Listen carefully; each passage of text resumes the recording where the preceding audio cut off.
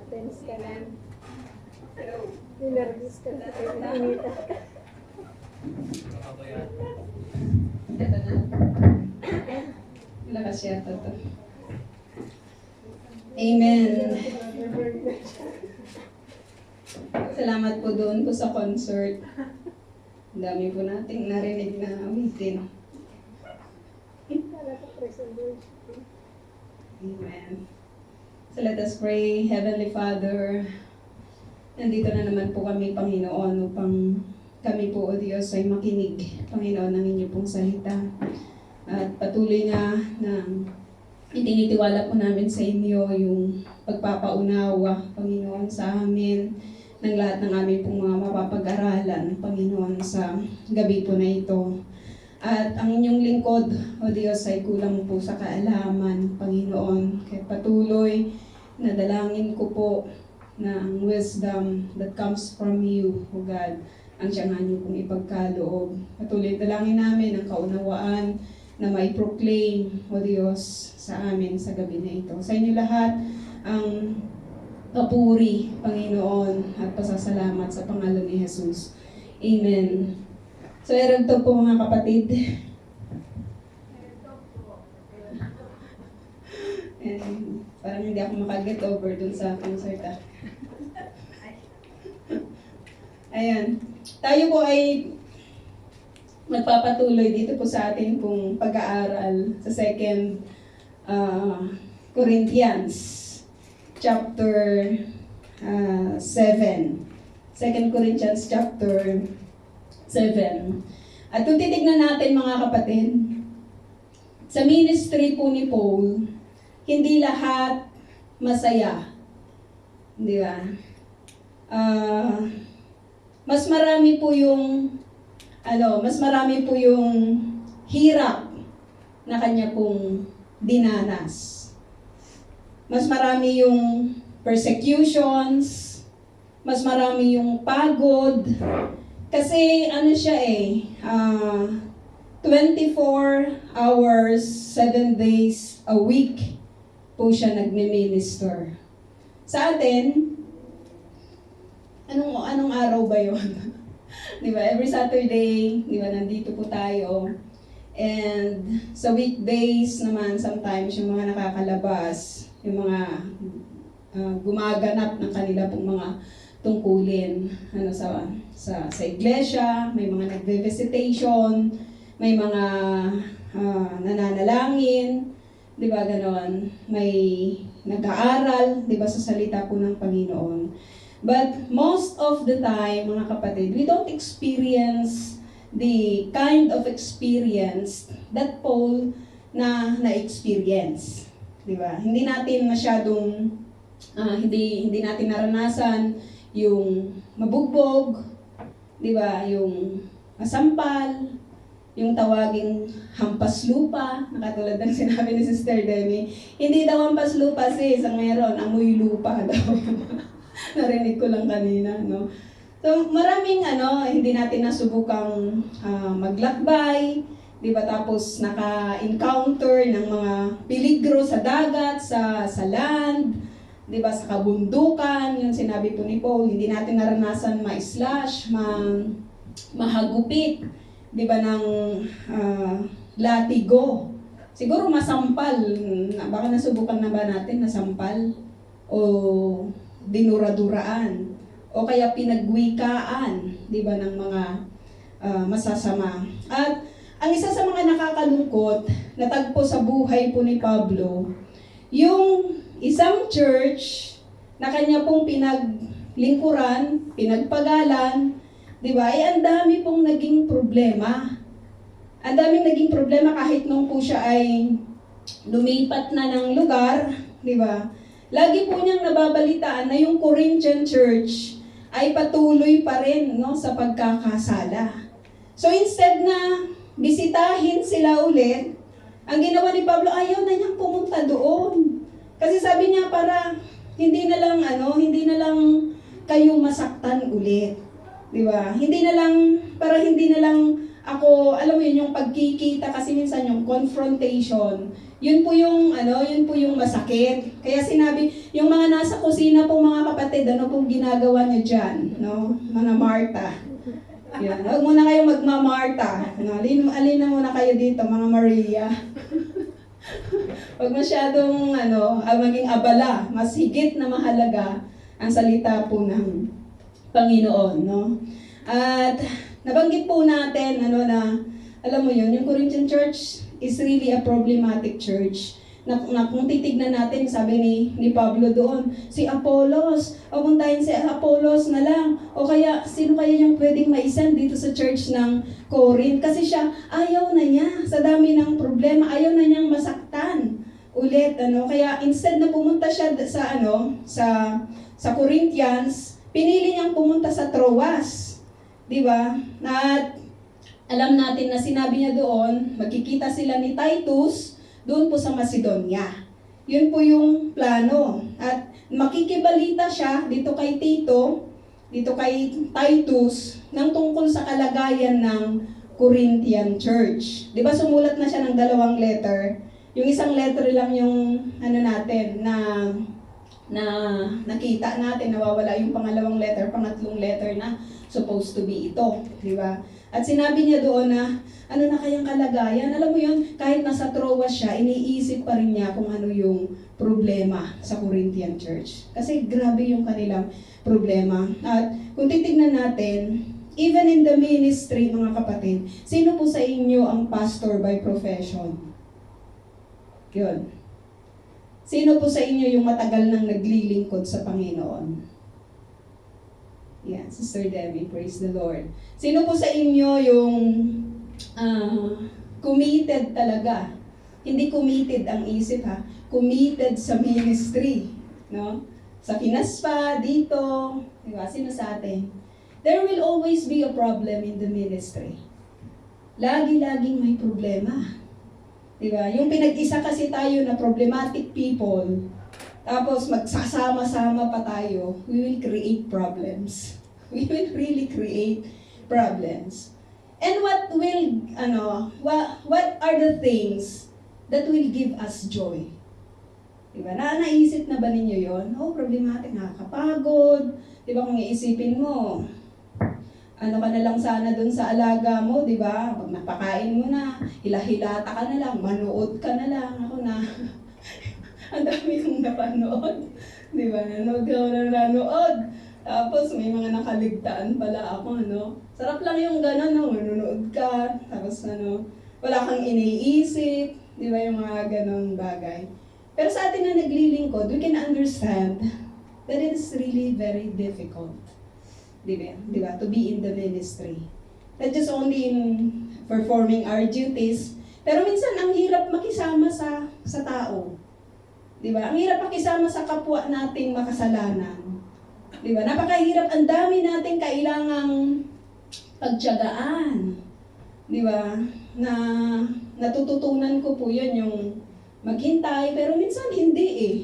Diba? Lalo na kapag may mga immediate na mga bagay, tapos kita mo parang wala lang, 'di ba? May mga ganun, yung mga yung mga tinatawag po natin na parang walang pakialam, 'di ba, yung mga ganun. At kung minsan it gives us pain.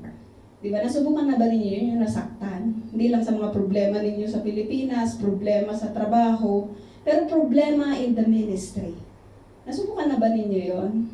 Diba? And what gives us joy? Ano yung kagalakan? Kasi sa dami ng problema dito, instead na sumulat itong si Pablo ng encouragement, supposed to be sa mga taga-Corinth, alam mo kung anong sinulat niya? Lagi na lang hindi siya sumulat ng encouragement kundi condemnation sa kanila. Diba? Condemnation doon po sa kanila pong mga ginagawa. Dito po sa chapter 7, makikita po natin yung kagalakan ng isang lingkod ng Panginoon. And it will also be our joy. Ito rin po yung ating kagalakan. Tingnan natin sa verse 2. Isa-isahin natin. Sabi niya verse 2 ng chapter 7, Bigyan ninyo kami ng puwang sa inyong puso. Diba? Yung, alam mo yun, nakikiusap itong si Apostle Paul na, di ba pwede yun? Di ba na, bigyan ninyo kami ng puwang sa inyong puso. Ibig sabihin, maraming mga nandyan sa kanilang puso. Marami silang mga ginagawa, marami silang mga gusto. Di ba? At yung ministry ng mga apostles po na ito ay less lang yung kanilang ibinibigay. Di ba? Mas matindi sa kanila yung mga bagay na makasanlibutan. Di ba? Nakita natin yan as we studied. Di ba? Yung 1 Corinthians. So sabi dito, bigyan ninyo kami ng puwang sa inyong puso. Sabi niya, kailanman hindi namin kayo ginawan ng masama. Oh, parang may nanunumbat dito, no? Parang may nanunumbat. Sabi niya, kailanman hindi namin kayo ginawan ng masama. Diba? Itinulak na gumawa ng masama o nilamangan ang sino man sa inyo. Diba? O sinasabi dito yung yung mga sitwasyon na kung saan ito po yung kanilang nararamdaman. Diba? Hindi naman masamang magsabi ng nararamdaman, diba? Kaysa yung kinikim-kim mo. Tapos ang sakit-sakit na pala. Yung nakasakit sa'yo, ang sarap ng tulog. Yung masakit dun eh. Ang sarap ng tulog, ang sarap ng kain. Tapos ikaw na nasaktan, ikaw pa yung kawawa. Hindi ka makatulog, di ba? Hindi ka makakain, aburrito ka, mainit ang ulo mo, and everything. Hindi naman masamang magsabi ng iyong nararamdaman. Di ba? Just be open. No? Open lang talaga. Sabi niya, sinasabi ko ito, hindi upang hatulan kayo, sapagkat gaya ng sinabi ko, mahal na mahal namin kayo. Laging third person ito, no? Lagi niyang isinasama yung kanyang kapwa, mga lingkod ng Panginoon. Alam mo, kapag naging believer ka kasi ng Lord, kapag naging lingkod ka ng Lord, hindi ka na lang nag-iisa eh. Lagi mong kasakasama, akbay-akbay, di ba? Ano ba tawag doon? Yung, alam mo yun, yung iisa na lang kayo. Di ba? Hindi ka na namumuhay na mag-isa. Kundi grupo na kayo. Pamilya na kayo. Di ba? Pamilya na kayo, no? Hindi ka na lang nabubuhay na mag-isa. Kundi lagi mong isa sa alang-alang yung iyong mga kapatid sa pananampalataya. Di ba? Laging gano'n na kung gagawin ko ba ito, matutuwa ba yung kapatid ko? Di ba ganun sa mga magkakapatid? Kayo na may mga kapatid. Hindi naman kayo gagawa ng mga ikasasama, di ba, ng inyong mga kapatid. Sino sa inyong may kapatid dito? Sister Irene, Sister Jane, di ba? At ako po ay naa-amaze. At lagi kong ikinukwento ito kay Pastora. Sabi kong ganun, I really admire yung inyong, pagiging magkapatid. Si Sister Irene at saka si Ate Cynthia. Kasi grabe lang yung kanilang pagtutulungan. Di ba? Sabi ko nga kay Pastora, napalaki sila ng maayos. Di ba? Pagdating sa, may mga problema. Pero alam mo yun, yung nagtutulungan yung magkapatid. Di ba? Napakasarap magkaroon ng kapatid. Hindi ko man ito naranasan biologically. Pero sa pamilya ng Panginoon, nakita ko po yun. Kaya gano'n na lang yung pagte-treasure ko. Kasi kayo yung kapatid ko eh. For life. Di ba? Kayo yung, alam mo yan, yung sinasabi ni Sister May Grace, na yung samahan natin, this will end until eternity. Tayo yung magsasama-sama.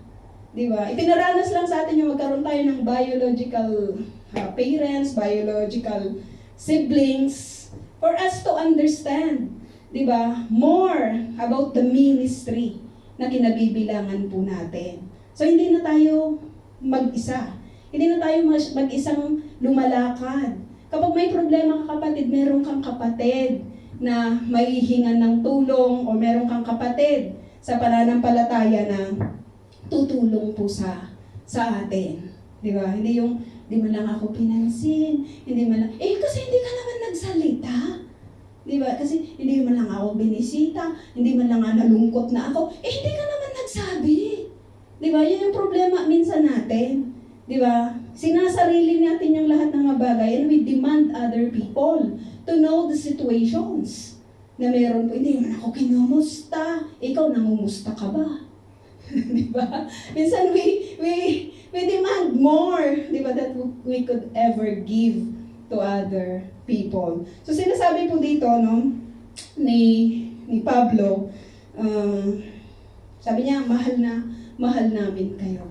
Grabe yung pagmamahal sa isang taong hindi karapat-dapat. Diba? Kung titignan mo yung Corinthian Church, wala naman silang ginawang mabuti. Diba? Sa isang lingkod, kung naranasan po ninyong maging pastor, sakit-sakit lang kaya sa dibdib yung makita mo yung mga member mo, yayayain ka pang tumagay. Diba? Yung mga ganun, pag nag-visitation ka, tapos sasabi, isa lang naman bibigyan ka pa ng pasakit. O kaya, naranasan ko po yung mga kapatid, yung one time nag-visit ako somewhere siguro in Nueva Vizcaya, dun sa appointment ko.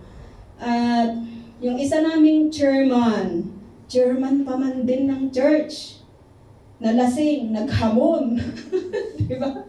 Talagang pinipigilan, may dalang itak and everything. Chairman pa man din. Ang sakit-sakit lang nito sa part na kahit ikaw, sabi nila sa akin, anuhin mo siya, pastor, anuhin mo. Kasi baka makinig sa'yo. Hindi nga makinig. Di ba? Ang sakit-sakit lang ng part na ganun. Di ba? At paano mo pagsasabihan, di ba, yung mga ganitong mga bagay. Pero nakaka-amaze lang itong si Paul. Kasi sinabi niya, kahit hindi ninyo ako ginawa ng mabuti, meron kasi akong trabaho sa inyo. At yun ang trabaho ko na ito na tinanggap mula sa Panginoon, ay hindi kayo yung nag-ask, si God yung nag-appoint sa akin. At dahil doon, maging sino man kayo, hindi ni Sharon Coneta ha, maging sino man kayo, Corinthian Church, sabi niya, mahal na mahal namin kayo. Di ba? Mahal naman. Hindi susuko, yung lingkod na ito. No, mahal, hindi niya sinabing, mahal ko kayo, di ba? Kundi sinabi niya, mahal namin kayo. Lagi niyang bit-bit yung kanyang mga kapwa, kapatid, di ba, sa pananampalataya or sa paglilingkod. Verse 4, lubos ang aking pagtitiwala sa inyo, Paul naman. Di ba? Paano mo pagtitiwalaan yung Corinthian Church?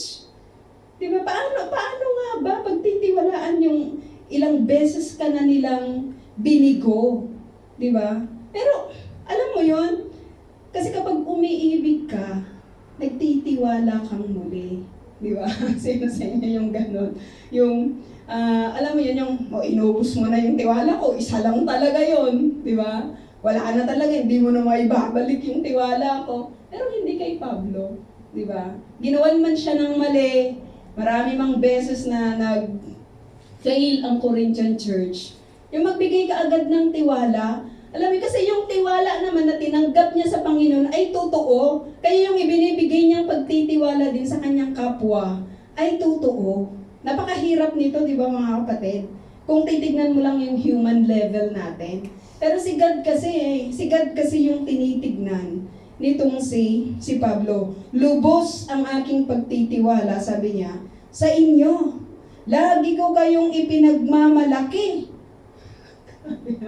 Lagi ko kayong ipinagmamalaki. Sabi niya, may ganun pa, no? Sa kabila ng lahat naming tinitiis. Sabi niya, ang nadarama ko'y kaaliwan, nag-uumapaw sa puso ko, at kagalakan. Alam mo kung bakit nababanggit ni Pablo yung mga bagay na ito? Kasi maganda yung response ng Corinthian Church doon sa letter niya, sa unang letter niya. Di ba, ang sasakit ng mga judgment nitong si Paul sa kanila. Pero alam mo, ang Corinthian Church, nag-respond sila positively doon po sa letter ni Paul. At makikita natin as we go on. Sabi niya, verse 5, nang kami nasa Macedonia, hindi rin kami nakapagpahinga. Palain mo yun? Pwede bang magbakasyon muna? Pagod na lang talaga ako. Di ba yung mga ganun? Pagod na ako sa trabaho, pagod na ako sa ministry. Pero si Paul, sabi niya, hindi rin kami nakapagpahinga kahit gustuhin naming makapagpahinga. Bakit? Sa lahat ng pagkakataon, sabi niya, ay naranasan namin ang matinding hirap. Naranasan namin ang matinding hirap. Ano kayang mga hirap yun, no? Sabi niya, panunuligsa mula sa labas at pangamba naman na sa aming kalooban. Panunuligsa mula sa labas at pangamba naman na nasa aming kalooban. So ito yung sinasabi natin, ano na, alam mo yun, unrest din itong sila, no? Nung sila po ay nasa Macedonia. Ikaw ba naman yung tuligsahin? Di ba? Nung panahon nga na may mga nagsusunog-sunog dito, di ba? Sino sa inyo yung lumabas? Di ba? Yung may mga nagbabasag ng mga, ganun katitindi yung mga panunuligsa sa mga panahon nila. Talagang kaya kang saktan. Pero hindi sila natatakot, Hindi lang talaga sila natatakot. Meron akong napanood kanina na yung paghihiganti ng isang ina. Tagalog yun eh. Paghihiganti ng isang ina. Grabe lang yung kanyang ginawa kasi nawalan siya ng anak at nawalan din siya ng asawa. So grabe yung hirap na kanyang pinagdaanan at hindi siya natatakot. Kasi meron siyang i-train niya yung kanyang sarili. Diba? Train niya yung kanyang sarili para sa pakikipaglaban. At syempre, nanalo siya sa huli. Kasi lang naman yung pelikula yun, di ba? Pero sa atin din, mga kapatid, sinasabi po ng banal na kasulatan na kapag ititrain natin yung ating sarili, palagi ayon sa nais ng Diyos, magkakaroon din tayo ng victory. Di ba? Victory sa lahat ng bagay. No? So, sinasabi dito na unrest din sila nung nasa Macedonia sila. Supposed to be, pwede bang kalimutan muna yung problema sa Corinthians, sa Corinto? Pero hindi Kasi kahit nasaan sila, merong pong panunuligsa, merong matinding hirap, merong pangamba na nararamdaman nila, nararanasan nila sa kanila. Bakit? Kasi totoo po yung kanilang paglilingkod. Totoo kasi yun Subukan mong mag-stand, ang daming magagalit sa'yo. Totoo yun, totoo yung kanilang paglilingkod. Verse 6, ito yung maganda. Subalit ang Diyos, sabi niya, na umaaliw sa naghihinagpis lang talaga. Kaya nga sa ministry, mga kapatid, alam mo ang isa sa mga nakita ko sa ministry, wala naman talagang alam mo yun, yung puro lang kasiyahan. Wala. Nakita natin as we studied the scriptures, alam mo yung marka ng isang tunay na lingkod ng Diyos, suffering. Suffering lang talaga. Persecutions. Kaya nga sabi ni Pablo, di ba, kung nagmamalaki kayo, ako mayroon ding ipagmamalaki. Ano yung kanyang ipinagmamalaki? Yung mga pasakit na kanyang dinanas. Yung mga pilak na kanyang natamo, di ba, sa paglilingkod. Kayo, ano na yung inyong naranasan? Di ba? Parang wala pa, Subukan nating mag-stand ng totoo sa Panginoon at makakarana. Minsan nag-aaway-away lang tayo sa mga group chat natin, di ba? Minsan ganun-ganun lang yung ating mga pasakit, pero hindi katulad sa kanila. Di ba? Na talagang grabe po yung kanilang pinagdaanan. At alam mo, ang unang nagbibigay sa kanila ng aliw, sino? Ang God. Diba? Verse 6, subalit ang Diyos na umaaliw sa naghihinagpis ay nagbibigay aliw sa amin. Si God, nagpadala siya ng isang tao na magbibigay sa kanila ng kaaliwan. Diba? Yung pag nakita mo yung tao na ito, matutuwa ka. Diba? Yung parang, have you experienced that? Na kapag nakita mo yung isang tao, there is joy in your heart. Diba? Sabi ni Sister Tess. Sino kaya yun? Diba? May joy. Diba? May joy. At alam mo si Paul, diba? He asked Titus to come. Kasi iniwan na siya ng lahat. Diba sabi niya, iniwan na ako ni Demas, ganito. Ganyan. Tito, pumunta ka sa laling madaling panahon. Sabi niya, dalhin mo yung aking balabal, yung mga libro. Diba? Yun yung kanyang bilin dito po kay Titus. At isa sa mga nagbigay ng kanyang kagalakan, ng kanyang kaaliwan, ay yung isang taong pinadala sa kanya ng God. Yung taong ninanais niya. Sino yon? Si Titus. Di ba? Si Titus. Sabi niya, hindi lamang ang pagdating nitong si Titus, ang nakaaliw sa amin. Grabe yun ah. Ang daming problema ni Pablo, pero kita niya itong si Titus, naaliw ka agad siya. Di ba? Naging masaya siya ulit.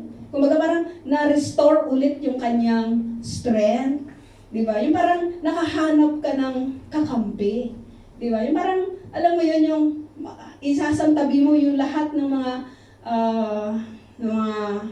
nararanasan mo kapag kasama mo na yung tao na ito. No? At pagdating ni Titus, sabi niya, ay nagbigay sa kanila ng kaaliwan. Bakit, kapatid? Di ba? Dahil bagwapo si Titus. Gwapo si Titus, no? Ano yun? Bakla si Pablo, ganon. Hindi naman, no? Pero, alam mo yun, yung loyalty kasi ni Titus, yun yung nagbibigay ng kaaliwan sa lingkod na ito. Kaya nga sa lahat ng mga naglilingkod sa iglesia, mga kapatid, if you are just only loyal, di ba? Matutuwa ka sa mga kapatid eh. Matutuwa ka sa mga kasama mo kung loyal ka. In any kind of relationship, loyalty is very important.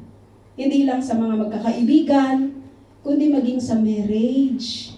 Diba? Sa lahat ng klase ng relationship, loyalty is very important. But pag binabanggit natin yung marriage, may mga ngumingit eh. Ano?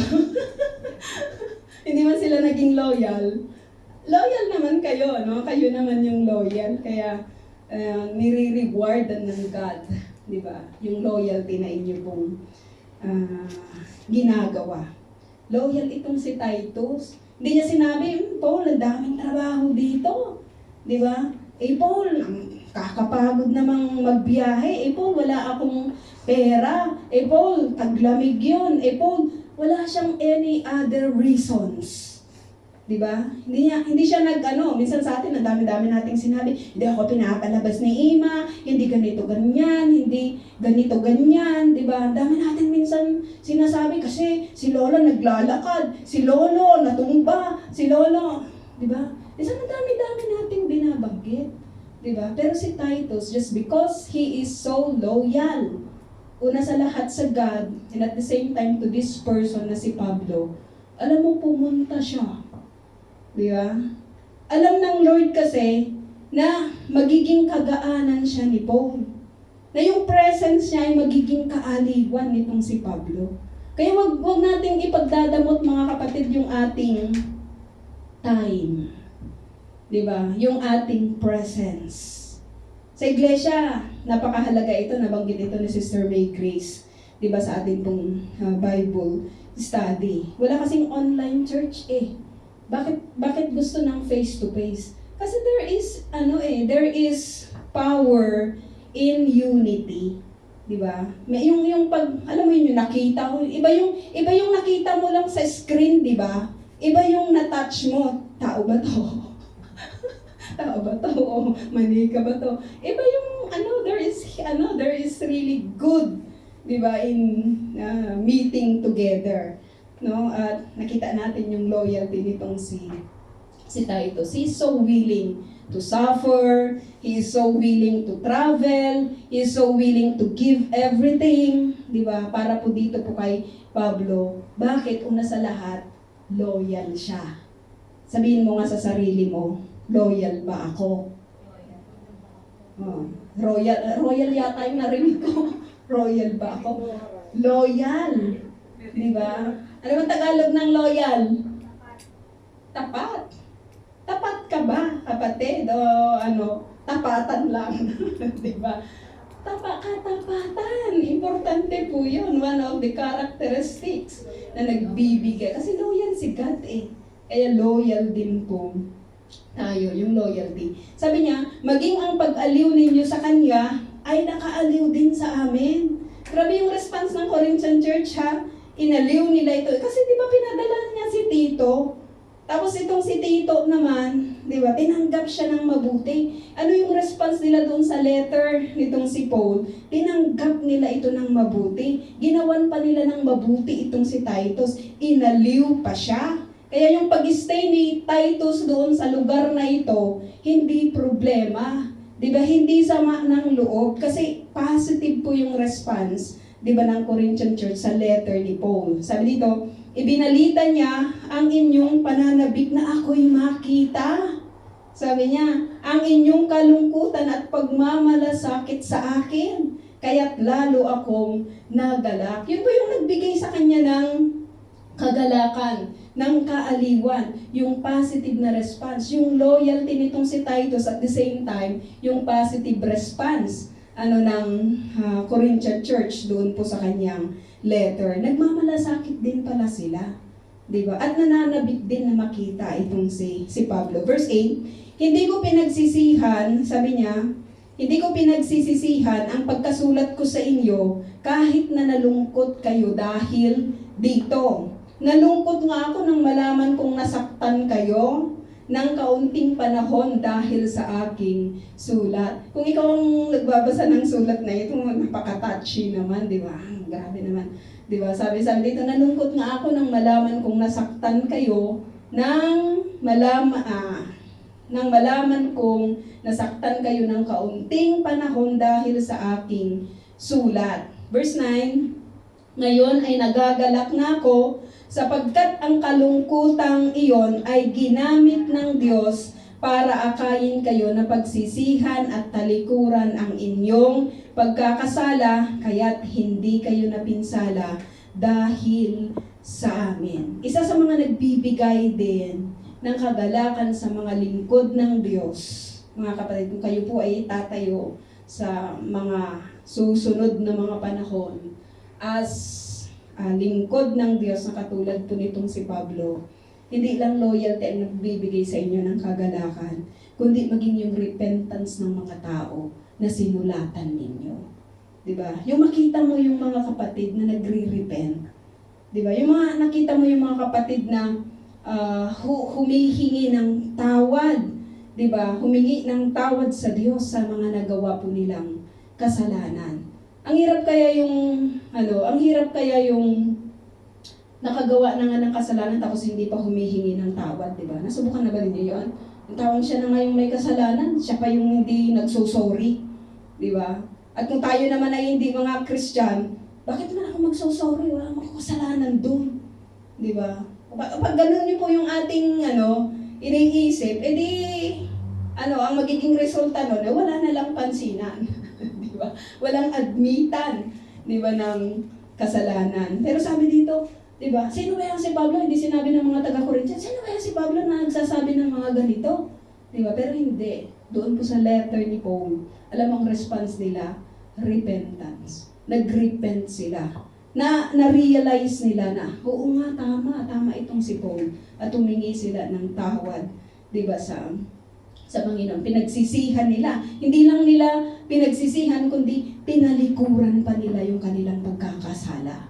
Wala kasing kwenta yung pagsisisi kung hindi ka naman tatalikod. Diba? Sisi ka ng sisi every Saturday, nahihimatay ka sa pagsisisi mo. Diba? May mga ganon na talagang akala mo na i-slave. Pero sa susunod na Lunes, nandun na naman. Diba?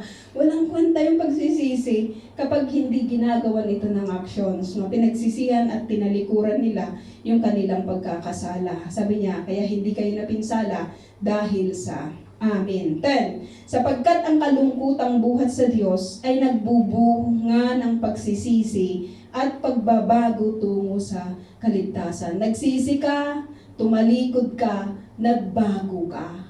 Kung may hugot na maganda, iyon yung pinakamagandang hugot. Di ba? Nagsisi, tumalikod, nagbago. Di ba? Nagsisi, tumalikod, nagbago. Nagbago sila. Sabi dito, ngunit ang kalungkutang dulot ng mundo ay humahantong sa kamatayan. Sabi niya, tignan ninyo ang ibinunga ng kalungkutang buhat sa Diyos. Naging masikap at masigasig na linisin ang inyong pangalan Nagalit kayo sa mali. Nagkaroon kayo ng banal na pagkatakot. Ito yung bunga no, ng ginawa po nilang pagsisisi. Mga kapatid, yung bunga ng repentance, ito siya. Kaya nga kung i-assess natin yung repentance na ginagawa natin, nakikita ba doon yung purity? Di ba? Yung buhay na may kabanalan. Kasi ito yung bunga di ba, ng repentance na ginawa nila, naging masikap sila. Di ba? Saan? At masigasig na linisin ang kanilang pangalan.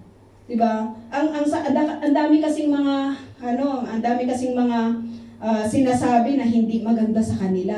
Alam mo ginawa nila, nilinis nila yung kanilang pangalan. Nagrepent sila, di ba? At ito yung naging bunga. Tinalikuran nila yung kasalanan nila, nagbago sila. At nakita doon, di ba, yung kanilang masikap at masigasig na paggawa. Kaya, huwag mong iasa lahat sa Diyos ang pagbabago. Baguhin mo ako, Lord, baguhin mo. Hindi ka namang gumagawa. Di ba? Hindi ka nga nananalangin, hindi ka nga nag-a-attend. Paano ka ba baguhin? Parang gusto natin yung yung fairy tale. Di ba? Bagong-bago ka na. Di ba? Hindi ganon. Alam mo, ang pagbabago nagsisimula sa atin. Di ba? Bago nga natin tingnan, bakit si ganito hindi nagbabago? Nagbago ka ba? Di ba? Paano nga nalamang magbabago siya? Hindi naman tayo nagbabago pa. No? Sabi niya, ano pa yung ginawa nila? Lininis nila, naging masigasig sila. Ito yung bunga ng repentance, naging masikap sila, naging masigasig sila, nalinisin yung kanilang pangalan. Ano pa yung ginawa nila? Nagalit sila sa mali. Mali na nga oo ka pa. Di ba? Minsan may mga nag-aas sa atin, ng mga unbeliever. Ganito kapatid, ganito ganyan. Oo, sige, tutulungan ko kayo. Mali na nga. Di ba? Gagawin mo pa. Bakit mo gagawin yun? Mali nga Diba? Bakit mo i-agree yung mga bagay na yun? Kung totoo kang nag-repent sa Panginoon, you will not be happy doon po sa mga mali. Diba? Doon ka lang sa mga tama. Doon lang sa tama. Minsan, inaano natin di ba? Tinotolerate natin yung, pero hindi ang Corinthian Church, hindi siya nag-tolerate. Di ba? Hindi tinolerate ni Paul, hindi rin hindi yung response ng Corinthian Church, hindi nila tinolerate yung mali. Di ba? Hindi na nila, nagsasama sila, may anak naman na sila Di ba? Minsan tinatawag pa na natin silang mag-asawa kasi may anak na sila. Di naman sila kasal. Di ba? Minsan inaano natin, ganito, si kayo magsama, ganito. Hindi, magsama kayo sa isang flat. Hindi. Do not tolerate kung ano yung wrong. Ito yung ginawa ng Corinthian Church Nagalit sila sa mali. Hindi sila natuwa doon. Di ba? Kaya maging maingat tayo mga kapatid sa pag-response sa mga unbeliever. Kasi whatever be our response, tatatak yan sa kanila Di ba? Okay lang naman yun kay sister. Pinayagan naman kami. Okay lang siguro yun. Nagpahana nga kami whatsoever. Diba? Hindi po ganon, no? Hindi dapat ganon. Sabi niya, nagkaroon kayo ng banal na pagkatakot. Hindi lang sila basta natakot, kundi yung banal na pagkatakot. Ibig sabihin, natakot sila doon sa banal. Walang iba kundi ang Diyos. Sabi niya, ano pa yung nangyari? Nanabik kayo sa aking pagdating. Ito na yung taong sumulat sa kanila ng lahat ng mga bagay na hindi maganda. Yung nag-expose sa kanila sa kasamaan, tapos gusto pa nila itong makitang muli. Gusto nila itong makasama. Kasi yung tao na nagsasabi ng iyong mali, siya yung totoong tao na nagkikir sa'yo. Diba? Kasi yung walang pakialam sa'yo, yung ka lang Anong tawag doon? Yung i-agree lang lahat ng mga gusto mo. Pero yung taong magko-correct sa'yo, magre-rebuke sa'yo, yun yung taong totoong nagmamahal sa'yo. Kasi ayaw kanyang mapasama. Ayaw kanyang, masira, di ba, yung iyong buhay. Kaya, masakit man ito mga kapatid, but we must learn to treasure those kind of people. Di ba? Kasi ang katumbas ng isang taong nagre-rebuke sa'yo, 10 kaibigan mo na lahat ng gusto mong marinig sa kanila yun lang ang gusto mong marinig. Pero yung isang magre-rebuke sa'yo, nakakita sa'yo ng mali, may lakas na sabihin sa'yo yung mga bagay na ito, yun yung totoong nagkikare sa'yo. And you must treasure those kind of people. Diba? Kahit masakit, katulad nitong si Paul, gusto siyang makita kasi nakita nila na totoo yung lahat ng mga binabanggit niya. Diba? Para sa kanila. Na hindi ka naman magre-rebuke ng isang tao para mapasama siya, diba? Magre-review ka doon sa isang tao kasi you wanted that person to be in the right track. Lalong-lalo na pagdating sa spirituality, treasure those kind of people. Diba? Ako, pag nire-review ko ako, nagagalit din ako Diba? Kala mo? Talagang didiban din yung aking pagre-response. Pero pag nahihimasmasan na ako, diba? Sabi ko, totoo. Ano nga pala, no? Wala naman itong ninais yung tao na ito, kundi para sa ikabubuti ko. Diba? Para sa ikabubuti ng aking buhay. Ano pa? Sabi niya, nanabig kayo sa aking pagdating, nagkaroon ng malasakit at hangaring maparusahan ang nagkasala. Di ba, kanahin mo yun? Nagkaroon ng malasakit, sabi niya, at hangaring maparusahan yung nagkasala. Yung hindi na lang sila, sige, dito tayo, sige, dyan tayo, di ba? Pero kung sino yung nagkasala, yun yung dapat parusahan. Di ba? Sabi nila. So nagkaroon sila ngayon na itong Corinthian church, nagkaroon sila tuloy ng responsibility. Di ba?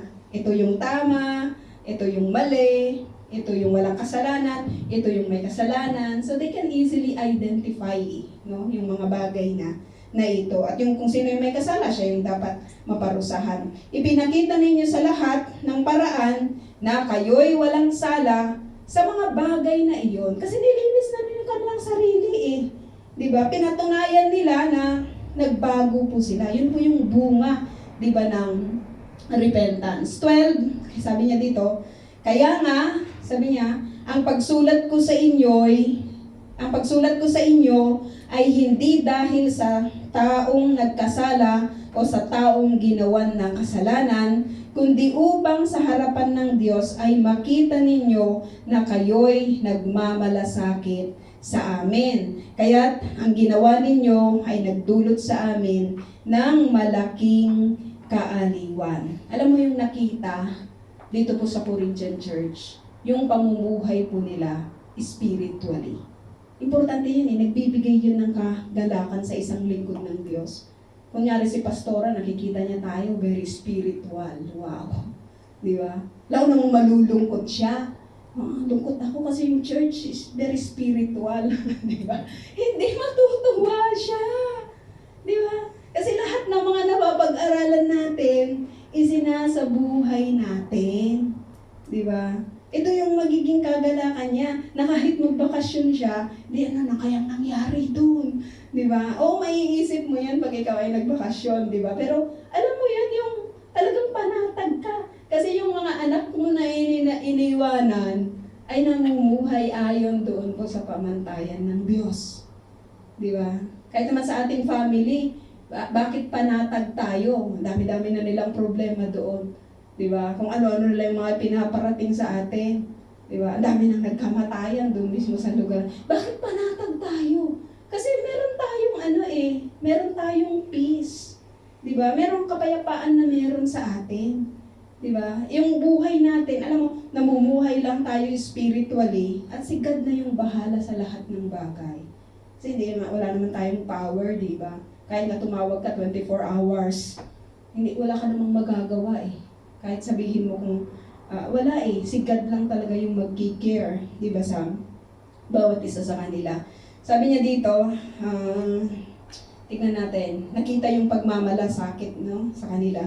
Sabi dito, kaya't ang ginawa ninyo ay nagdulot sa amin ng malaking kaaliwan at nalubos ang aming kagalakan dahil pinasigla ninyo ang kalooban ni Tito. Si Tito na naman, no?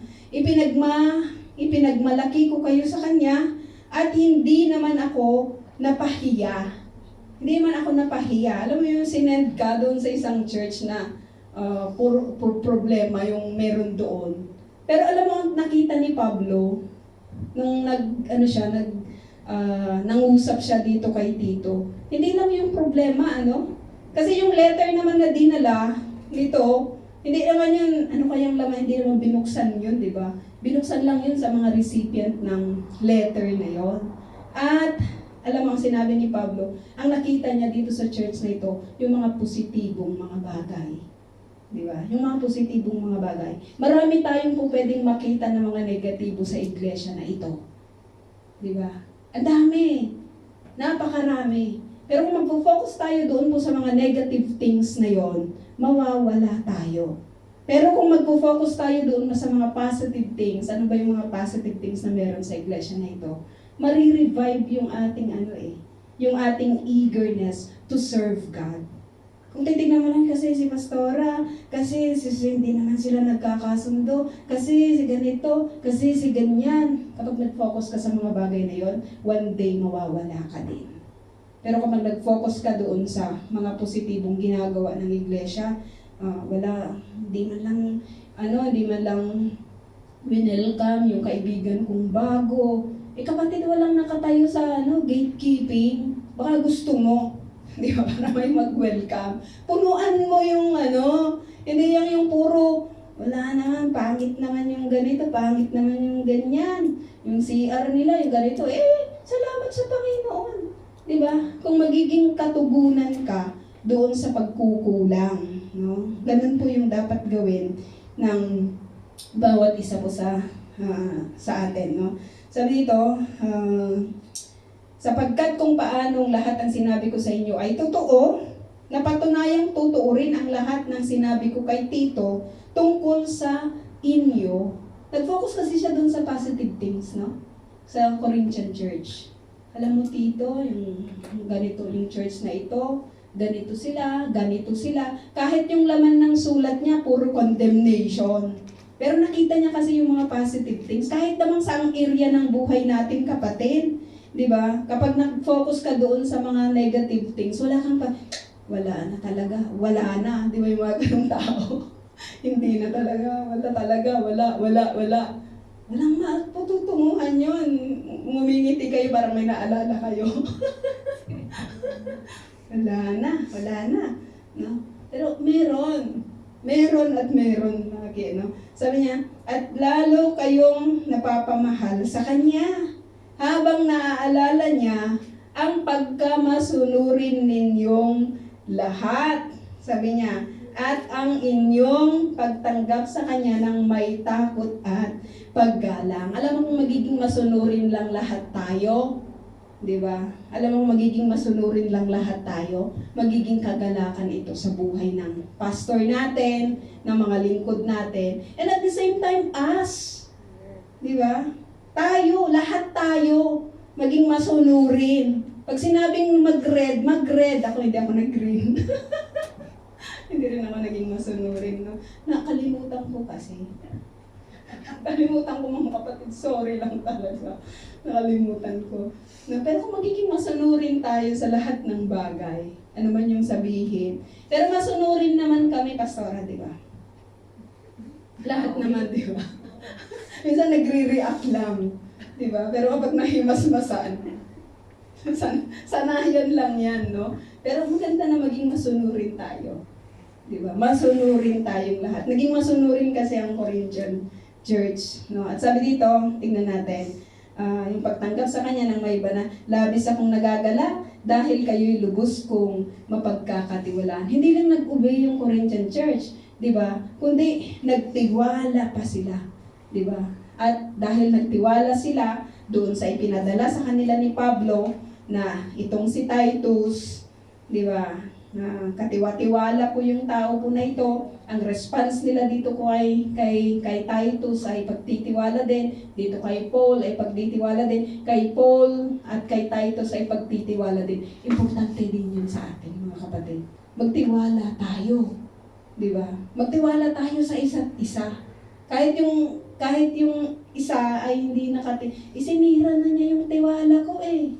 Di ba minsan ganon? Magtiwala ka pa rin. Di ba? Di ba, Brother Bernie? Maraming sumisila ng pagtitiwala. Pero magtiwala pa rin. Di ba? Pero wisdom din. Di ba? May kakibat din na wisdom minsan. yung ibibigay po nating pagtitiwala. So salamat po, O Diyos, sa mga salita na amin pong narinig. It's a practical lessons, O God, na inyo po ulit inulit, itinuro, Panginoon, sa bawat isa po sa amin. Salamat na nalaman po namin yung mga kagalakan na meron sa isang lingkod po ninyo, Panginoon. Nawa sa lahat ng mga nabanggit po na ito, Panginoon, ay maging kami din, O Diyos, ay maging kaaliwan sa mga lingkod na nagtatrabaho, Panginoon, sa amin. Sa inyo po lahat ang papuri at pasasalamat sa pangalan ni Jesus. Amen.